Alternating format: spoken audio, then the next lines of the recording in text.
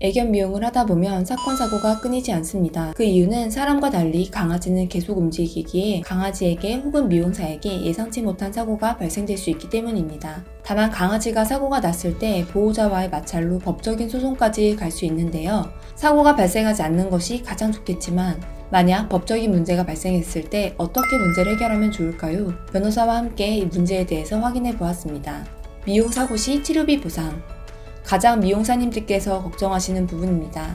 만약 사고 발생 시 치료비 보상은 어디까지로 해야 할까요? 우선 보호자가 매장에 대기하지 않고 샵 측에 위탁을 한 상태이기에 이때 발생한 사고에 대해서는 미용사에게 책임이 있습니다.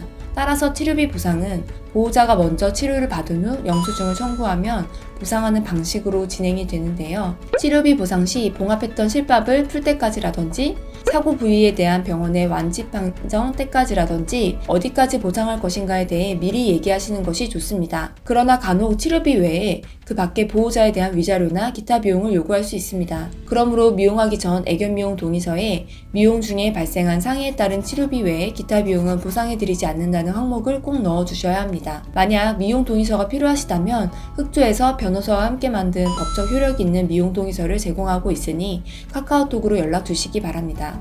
다만 이러한 미용사고에 대해서 보호자님과 원만한 해결이 되어 있지 않은 채 SNS나 카페에 논란이 번질 수 있습니다.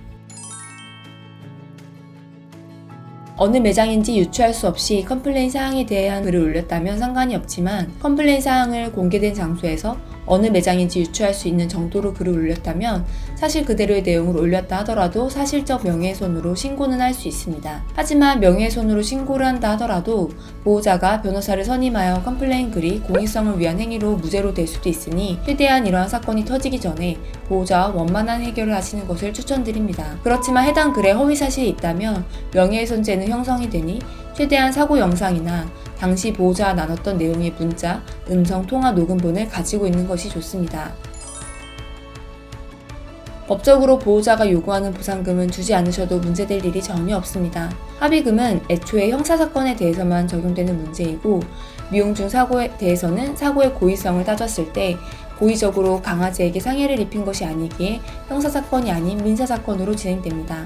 보호자가 합의금을 받기 위해 민사소송을 진행한다 하더라도 소송기간 자체가 길고 변호사 비용도 보호자가 부담할 확률이 클 뿐 아니라 이런 작은 사건을 담당하고자 하는 변호사도 사실상 없을 것이기에 소송 진행 자체가 어렵다고 합니다. 또한 오히려 법적으로 해결할 경우 과실을 따져서 청구되기 때문에 보호자가 치료비도 100% 받지 못하게 될 확률이 크다고 합니다. 미용사고 발생 시 가장 피해를 입고 아픈 것은 강아지이기에 미용사와 보호자 모두 강아지가 치료를 잘 받을 수 있도록 하는 것이 우선입니다. 좋은 보호자가 대부분이지만 이러한 사고를 기회로 삼으려는 보호자를 만나게 될 경우 참고하시길 바라면서 이번 영상은 마치도록 하겠습니다.